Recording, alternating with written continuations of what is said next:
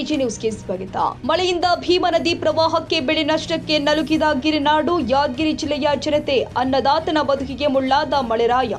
Bhima ಒಡಲಿಗೆ 3.5 lakh cusec ಅಪಾರ ಪ್ರಮಾಣದ ನೀರು, ಜಮೀನುಗಳು ಜಲಾವೃತ. ರೈತರ ನೆರವಿಗೆ ಬಾರದ ಕೃಷಿ ಸಚಿವರ ವಿರುದ್ಧ ರೈತರು ಆಕ್ರೋಶ ಹೊರಹಾಕ್ತಾ ಇದ್ದಾರೆ. ನೀನೊಬ್ಬ ಅಯೋಗ್ಯ ಕೃಷಿ ಮಂತ್ರಿ, ರಾಜೀನಾಮೆ ಕೊಟ್ಟು ಮನೆಗೆ ಹೋಗುವಂತ ರೈತ ಮುಖಂಡರ ವಾಗ್ದಾಳಿ. ರಾಜ್ಯ ರೈತ ಸಂಘದ ಜಿಲ್ಲಾಧ್ಯಕ್ಷ ಮಲ್ಲನಗೌಡ ಹಗರಟಿಗೆ ಕೃಷಿ ಸಚಿವ ಚೆಲುವರಾಯಸ್ವಾಮಿ ವಿರುದ್ಧ ವಾಗ್ದಾಳಿ ಮಾಡಿದ್ದಾರೆ. ನೀನೊಬ್ಬ ನಾಲಾಯಕ್ ಸಚಿವ, ಕಲ್ಯಾಣ ಕರ್ನಾಟಕ ಭಾಗದ ರೈತರ ಕಾಳಜಿ ಇಲ್ಲ.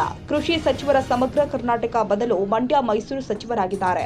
ಯಾದಗಿರಿ ಜಿಲ್ಲೆಯಲ್ಲಿ 1.5 ಲಕ್ಷ ಹೆಕ್ಟೇರ್ ಬೆಳೆ ಹಾನಿಯಾಗಿದೆ. ಸಮೀಕ್ಷೆ ಸರಿಯಾಗಿಲ್ಲ. ಭೀಮಾ ನದಿಯಿಂದ ಗ್ರಾಮೀಣ ಭಾಗದ ವಿಲವಿಲ ಒದ್ದಾಡ್ತಾ ಇದ್ದಾರೆ. ಸರ್ಕಾರ ನೆರವಿಗೆ ಧಾವಿಸಲಿ. ಜಿಲ್ಲೆಯಲ್ಲಿ ಮುಂಗಾರು ಹಂಗಾಮಿನಲ್ಲಿ ಬೆಳೆಯಲಾದ ಹತ್ತಿ, ತೊಗರಿ, ಉದ್ದು, ಹೆಸರು ಬೆಳೆ ನೀರಲ್ಲಿ ಮುಳುಗಿ ಹೋಗಿದೆ. ಕೂಡಲೇ ಪರಿಹಾರ ಕಲ್ಪಿಸಿ ಕಾಳಜಿ ಕೇಂದ್ರವನ್ನು ತೆರೆಯುವಂತೆ ಒತ್ತಾಯ ಮಾಡಿದ್ದಾರೆ. ನಮಸ್ಕಾರ ಎಲ್ಲ ಯಾದಗಿರಿ ಜಿಲ್ಲೆ ಅನ್ನದಾತರಿಗೆ. ಇವತ್ತು ನಿರಂತರವಾಗಿ ಸುಮಾರು 20-25 ದಿನಗಳ ಕಾಲ ಜಿಲ್ಲೆಯಲ್ಲಿ ಅಕಾಲಿಕ ಮಳೆಯಿಂದ ಜಿಲ್ಲೆ ತುಂಬ ಅತಿವೃಷ್ಟಿಯಾಗಿದೆ. ಜಿಲ್ಲೆಯ ರೈತರ ಬದುಕು ಇವತ್ತು ಕಂಗಾಲಾದಂಥ ಪರಿಸ್ಥಿತಿ ಬಂದಿದೆ. ನಿರಂತರವಾಗಿ ಸುರಿತಕ್ಕಂಥ ಈ ಮಳೆಗೆ ಹತ್ತಿ, ತೊಗರಿ, ಉದ್ದು, ಹೆಸರು ಮತ್ತು ಭತ್ತದ ಬೆಳೆಗಳು ಸಂಪೂರ್ಣ ಜಲಾವೃತವಾಗಿದ್ದು ರೈತ ತುಂಬ ಕಂಗಾಲಾಗಿದ್ದಾನೆ. ಅದಕ್ಕೆ ಸರ್ಕಾರ ಇನ್ನೂವರೆಗಾದರೂ ಇನ್ನು ಸಮೀಕ್ಷೆ ಮಾಡ್ತೀವಿ ಅಂತಕ್ಕಂಥ ಬೇಜವಾಬ್ದಾರಿತರ ಉತ್ತರವನ್ನು ಸರ್ಕಾರ ಕೊಡ್ತಾ ಇದೆ. ಇದು ಕರ್ನಾಟಕ ರಾಜ್ಯ ರೈತ ಸಂಘ ಹಸಿರು ಇದನ್ನು ಖಂಡಿಸ್ತೀವಿ.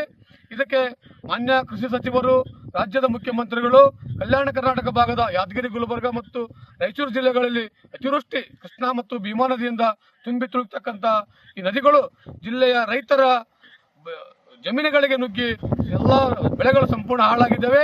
ಇದಕ್ಕೆ ಸರ್ಕಾರ ಇದು ಬೇಜವಾಬ್ದಾರಿತನ ಮಾಡದೆ ಇನ್ನು ಮೀನಾಮೇಷ ಎಣಿಸ್ತೆ ಅಂತಕ್ಕಂಥ ಬೇಜವಾಬ್ದಾರಿ ಉತ್ತರ ಬೇಡ. ಅತಿ ಶೀಘ್ರದಲ್ಲೇ ಸರ್ಕಾರ ರೈತರಿಗೆ ಪರಿಹಾರ ಘೋಷಣೆ ಮಾಡಬೇಕು ಮತ್ತು ರಾಷ್ಟ್ರೀಕೃತ ಬ್ಯಾಂಕ್ಗಳಲ್ಲಿ ರೈತರು ಮಾಡಿರ್ತಕ್ಕಂಥ ಸಾಲವನ್ನು ಮನ್ನಾ ಮಾಡಬೇಕು. ನೀವು ಬರೀ ಬೆಳೆ ಪರಿಹಾರ ಕೊಟ್ಟರೆ ಅದು ಮೂಗಿ ತುಪ್ಪ ಹೊರ್ಸಕ್ಕಂಥ ಕೆಲಸ ಬೇಡ. ನಿಮಗೆ ಬೆಳೆ ಪರಿಹಾರ ಕೊಡದೆ ಆಗದೇ ಇದ್ದಲ್ಲಿ ರೈತ ಜಮೀನುಗಳಿಗೆ ಹಾಕಿರ್ತಕ್ಕಂಥ ಖರ್ಚು ಎಷ್ಟಿದೆ ಅಂತಕ್ಕಂಥ ಲೆಕ್ಕ ಕೊಟ್ಟು ಆ ಖರ್ಚನ್ನಾದ್ರೂ ಸರ್ಕಾರ ಕೊಡಬೇಕಾಗ್ತದೆ. ಅಂದಾಗ ರೈತರು ನೆಮ್ಮದಿಯಿಂದ ಇರಲಿಕ್ಕೆ ಸಾಧ್ಯ. ರೈತ ಈ ದೇಶದ ಬೆನ್ನೆಲುಬು ಅಂತ ಇರತಕ್ಕಂಥ ಈ ಜನಪ್ರತಿನಿಧಿಗಳು, ಕಲ್ಯಾಣ ಕರ್ನಾಟಕ ಭಾಗದ ಜನಪ್ರತಿನಿಧಿಗಳು ಈ ರೈತರ ಜಮೀನುಗಳಿಗೆ ಭೇಟಿ ಕೊಟ್ಟು ರೈತರ ಕಷ್ಟವನ್ನು ಒಂದು ಸ್ಪಂದನೆ ಮಾಡ್ತಕ್ಕಂಥ ಕೆಲಸ ಯಾರೂ ಮಾಡ್ತಾ ಇಲ್ಲ. ಇದಕ್ಕೆ ಕರ್ನಾಟಕ ರಾಜ್ಯ ರೈತ ಸಂಘ ಹಸಿರು ಸೇನೆ ಖಂಡಿಸ್ತದೆ. ಇದು ಇದೇ ತರ ಮುಂದುವರೆದರೆ ಕಲ್ಯಾಣ ಕರ್ನಾಟಕ ಮತ್ತು ಉತ್ತರ ಕರ್ನಾಟಕ ಪ್ರತ್ಯೇಕ ರಾಜ್ಯವನ್ನು ಕೇಳಬೇಕಂತ ಪರಿಸ್ಥಿತಿ ನಮಗೆ ಬಂದಿದೆ. ನಮ್ಮ ರಾಜ್ಯ ಉತ್ತರ ಕರ್ನಾಟಕ ಮತ್ತು ಕಲ್ಯಾಣ ಕರ್ನಾಟಕ ಭಾಗವನ್ನ ನೀವು ನಿರ್ಲಕ್ಷ್ಯ ಮಾಡ್ತಾ ಇದ್ದೀರಿ. ಈ ರಾಜ್ಯದ ಕೃಷಿ ಸಚಿವ ಅಯೋಗ್ಯ ಮಂತ್ರಿ. ಅವನು ಮಂಡ್ಯ ಮತ್ತು ಬೆಂಗಳೂರಿಗೆ ಅಷ್ಟೇ ಸೀಮಿತವಾದ ಕೃಷಿ ಸಚಿವನಾಗಿದ್ದಾನೆ. ಆ ಅಯೋಗ್ಯ ಮಂತ್ರಿಗೆ ನಾ ಈ ಕಲ್ಯಾಣ ಕರ್ನಾಟಕ, ಉತ್ತರ ಕರ್ನಾಟಕ ಭಾಗದ ಜನರ ಪರವಾಗಿ ಹೇಳ್ತಾ ಇದ್ದೀನಿ. ನೀನು ನಿಜವಾದ ಕೃಷಿ ಸಚಿವರಾಗಿದ್ರೆ ನಮ್ಮ ಉತ್ತರ ಕರ್ನಾಟಕ ಜನರ ಸ್ಪಂದನೆ ಮಾಡ್ತಕ್ಕಂಥ ಕೆಲಸ ನೀವು ಮಾಡಬೇಕಾಗಿದೆ ಮಾನ್ಯ ಸಚಿವರೇ. ಇದು ಬೇಜವಾಬ್ದಾರಿತನ ಬೇಡ. ನಿಮ್ಗೆ ಆಗಿಲ್ಲ ಅಂತಂದ್ರೆ ರಾಜೀನಾಮೆ ಕೊಟ್ಟು ಮನೆಗೆ ಹೋಗ್ತಕ್ಕಂಥ ಕೆಲಸ ನೀವು ಮಾಡ್ರಿ. ಇರ್ಲಿಲ್ಲ ಅಂತಂದ್ರೆ ನಮ್ಮ ಕಲ್ಯಾಣ ಕರ್ನಾಟಕ ಬಗ್ಗೆ ಪ್ರತ್ಯೇಕ ಸಚಿವಾಲಯವನ್ನು ನಿರ್ಮಾಣ ಮಾಡೋಕೆ ಸರ್ಕಾರ ಇದು ನಾವು ಖಂಡನೆ ಮಾಡ್ತಾ ಇದ್ದೀವಿ. ಇದು ಬೇಜವಾಬ್ದಾರಿ ಉತ್ತರ. ಇಷ್ಟೆಲ್ಲ ರಾಜ್ಯದಲ್ಲಿ ಅತಿವೃಷ್ಟಿ ಮಳೆಯಾಗಿ ರೈತ ಸಂಕಷ್ಟದಲ್ಲಿದ್ದಾಗೂ ನೀವು ಒಬ್ಬರೇ ಜನಪ್ರತಿನಿಧಿಗಳು, ಸಚಿವರು, ಮುಖ್ಯಮಂತ್ರಿಗಳು ರೈತರ ಪರವಾಗಿ ಒಂದೇ ಒಂದು ಹೇಳಿಕೆಯನ್ನು ಕೊಡಲಾರ್ದಂತಕ್ಕಂಥದ್ದು ಬಹಳ ಮನಸ್ಸಿಗೆ ನೋವಾಗಿದೆ. ಇದನ್ನು ಕರ್ನಾಟಕ ರಾಜ್ಯ ರೈತ ಸಂಘ ಖಂಡಿಸ್ತದೆ. ನೀವು ಮುಂದಿನ ದಿನಗಳಲ್ಲಿ ಇದೇ ತರನಾಗಿ ರೈತರ ಬಗ್ಗೆ ನಿರ್ಲಕ್ಷ್ಯ ಮಾಡಿದರೆ ಕರ್ನಾಟಕ ರಾಜ್ಯ ರೈತ ಸಂಘ ಹಸಿರು ಸೇನೆ ವತಿಯಿಂದ ವಿಧಾನಸೌಧದ ಮುತ್ತಿಗೆ ಹಾಕಿ ಪ್ರತಿಭಟನೆ ಮಾಡಬೇಕಾಗುತ್ತದೆ ಎಚ್ಚರಿಕೆ ಕೊಡಲಾಗುವುದು. ಮಲ್ಲನಗೌಡ ಹಗರಟಿಗೆ, ಯಾದಗಿರಿ ಜಿಲ್ಲಾಧ್ಯಕ್ಷರು. ಕನ್ನಡಿಗರ ಮೆಚ್ಚಿನ ನಿಮ್ಮ ಎಜೆ 24/7 ನ್ಯೂಸ್ ಕನ್ನಡ ವಾಹಿನಿ ಇದೀಗ ಟಿವಿಯಲ್ಲಿ ಲಭ್ಯ. ಒಂದು ವೇಳೆ ನೋಟಿಸ್ ಕೊಟ್ಟಿದ್ರೆ ವಾಪಸ್ ತಗೋತೀವಿ. ಇವತ್ತು ವಕ್ಫ್ ಪ್ರಾಪರ್ಟಿ ಅಂತೇಳಿ ಬರ್ತದೆ ಅಂತ ಹೇಳಿದ್ರೆ ರೈತರ ಬೀದಿಗೆ ಬಂದ್ರೆ ಏನ್ ಮಾಡ್ಬೇಕಾಗತ್ತೆ?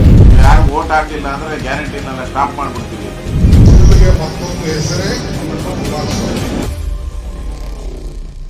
ಕರ್ನಾಟಕ ಮತ್ತು ದೇಶ ವಿದೇಶ 360 ಡಿಗ್ರಿ ಸುದ್ದಿ ಹಾಗೂ ಉತ್ತರ ಕರ್ನಾಟಕ, ಬೆಳಗಾವಿ, ಬಾಗಲಕೋಟೆ, ಧಾರವಾಡ, ಹಾವೇರಿ, ಗದಗ, ಬಿಜಾಪುರ ಜಿಲ್ಲೆಯ ಕ್ಷಣ ಕ್ಷಣದ ವಿವರವನ್ನ ಪಡೆಯುವುದಕ್ಕೆ ಎಜೆ 24/7 ನ್ಯೂಸ್ ಕನ್ನಡ ವಾಹಿನಿಯನ್ನ ಲೈಕ್ ಮಾಡಿ, ವಿಡಿಯೋಗಳನ್ನ ಶೇರ್ ಮಾಡಿ, ಕಮೆಂಟ್ ಮಾಡುವ ಮೂಲಕ ನಮ್ಮ ವಾಹಿನಿಗೆ ಸಹಕಾರ ನೀಡಿ ಮತ್ತು ಚಾನೆಲ್ ಅನ್ನ ಸಬ್ಸ್ಕ್ರೈಬ್ ಮಾಡಿ.